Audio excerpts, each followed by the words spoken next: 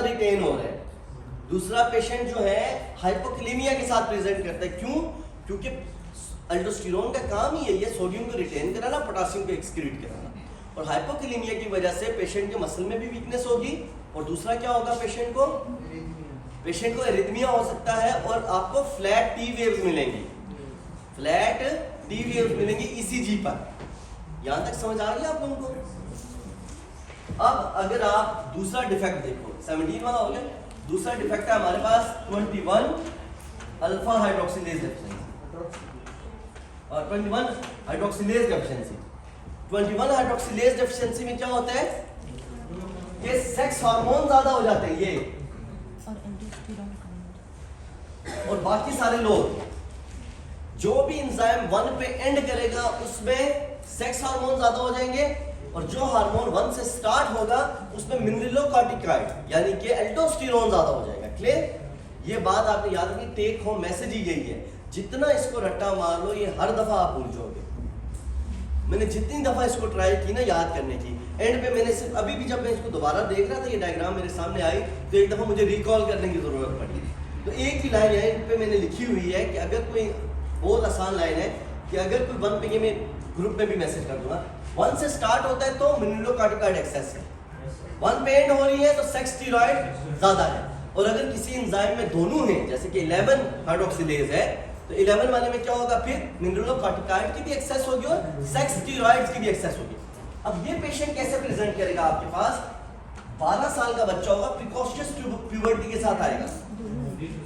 What is precocious puberty? Early puberty. क्योंकि sex hormone इसमें ज्यादा बन रहे हैं तो जल्दी उसमें प्यूबर्टी आने लग जाएगी। ऐसा ही है बच्चे, आप तो आगे आ जाओ, कुर्सियां लेके आगे आ जाओ, एक यहाँ बैठ जाए, एक वहां बैठ जाए पीछे।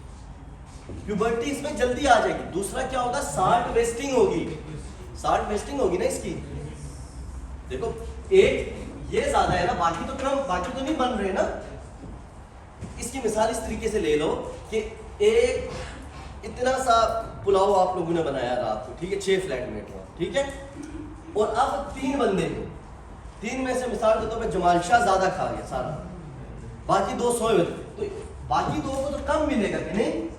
और ऐसा भी हो सकता है अगर उसको ज्यादा भूख लगी वो सारा खा जाए तो इन 2 को तो बिल्कुल नहीं मिलेगा। और अगर मिसाल के तौर पे दूसरा फ्लैटमेट ज्यादा खा गया जाफर, तो अगले 2 को नहीं मिलेगा। इसी तरह से अगर एल्डोस्टेरोन की एक्सेस होगी तो कॉर्टिसोल और सेक्स हार्मोन नहीं बन पाएंगे। अगर सेक्स हार्मोन की एक्सेस हो जाएगी तो ये दोनों नहीं बन पाएंगे।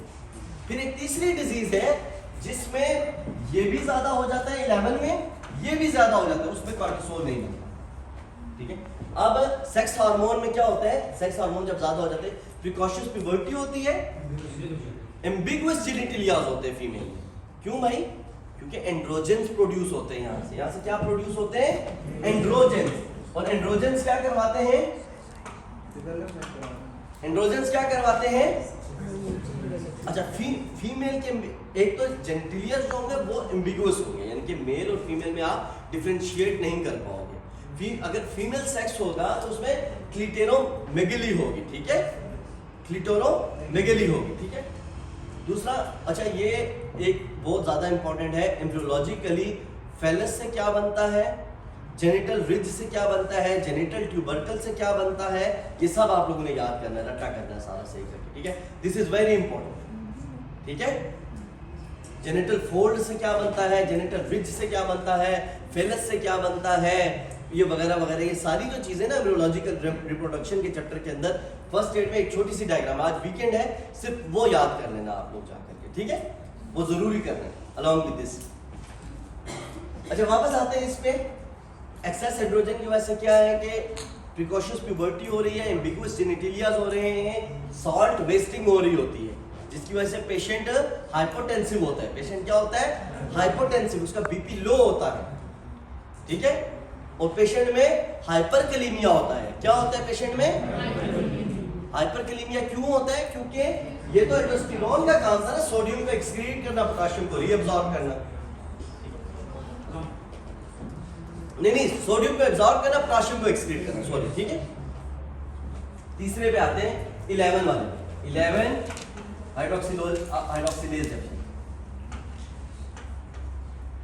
अब 11 वाले पे क्या होता है, 11 वाले पे दोनों है ना, ऐसा ही 11 वाले पे तो दोनों है, तो इसमें क्या होगा, एल्डोस्टेरोन की भी एक्सेस होगी, सेक्स हार्मोन की भी एक्सेस होगी, along with ambiguous genitalia। Patient के पास क्या क्या होगा, और हाइपरटेंशन होगी और हाइपोकैलेमिया होगा।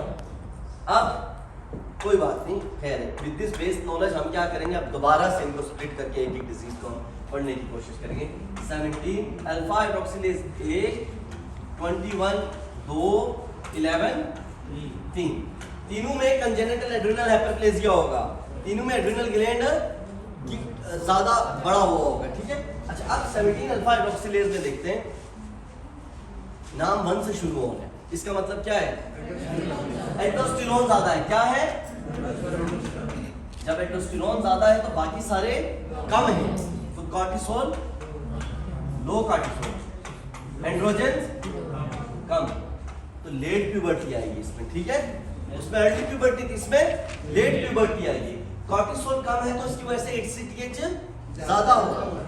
एल्डोस्टेरोन चूंकि ज्यादा है, आपने इस बंदे का पहला टेस्ट क्या करवाना है, सीरम इलेक्ट्रोलाइट। पहला टेस्ट आपने क्या करवाना है, वो आप वैसे भी करवाओगे, जब कभी भी कोई बंदा ट्विचिंग के साथ आए, एक बंदा आपके पास आता है ट्रिप करके गिर गया, पहला टेस्ट क्या करवाओगे, सीटी स्कैन नहीं कराना है, सबसे पहले आपने ये देखना है बंदा गिरा क्यों है, कोई इलेक्ट्रोलाइट एब्नॉर्मेलिटी तो नहीं है इसमें, सीरम इलेक्ट्रोलाइट्स ऑर्डर करनी है। अब आगे गर्मियां आ रही हैं, ज्यादा स्वेटिंग होती है लोगों को, पेशेंट पोटासियम को, कुछ लोग जो होते हैं जेनेटिकली पोटासियम को एक्सक्रीट करने की एबिलिटी स्वेट में ज्यादा होती है उनकी, मैं उनमें से एक हूँ, तो हम लोगों को क्या हो जाता है, हम हाइपोकैलेमिया में जाने लग जाते हैं, ठीक है।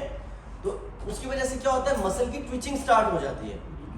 एक दफा मेरे ये जो सार्टोरियस मसल है, इसकी ट्विचिंग हुई, 2 दिन तक ये ट्विचिंग हल्की हल्की ट्विच इस तरीके से जो है वो जारी रही उस मसल के अंदर। फिर जाके रिंगर लैक्टेट लगा, फिर पोटासियम की टैबलेट्स दी डॉक्टर ने, उसे प्रिस्क्राइब की अपनी डोज के मुताबिक, फिर जाके ये ठीक हुआ। और वो ट्विचिंग शुरू में तो ठीक थी, बाद में बड़ा बंदा इरिटेट होता है, सो नहीं सकता, पट्टे थक जाते हैं, इनवॉलेंट्री होता है वो सब कुछ। तो ये पेशेंट भी हाइपोकैलेमिक पेशेंट किसके साथ प्रेजेंट कर सकता है, मसल ट्विच के साथ, एरिथमिया के साथ, फ्लैसिड पैरालिसिस हो सकता है, इसको चलते चलते गिर सकता है। तो पेशेंट में क्या होगा, सोडियम ज्यादा होगा और पोटासियम कम होगा सीरम इलेक्ट्रोलाइट्स, और इसका बीपी कम होगा ज्यादा,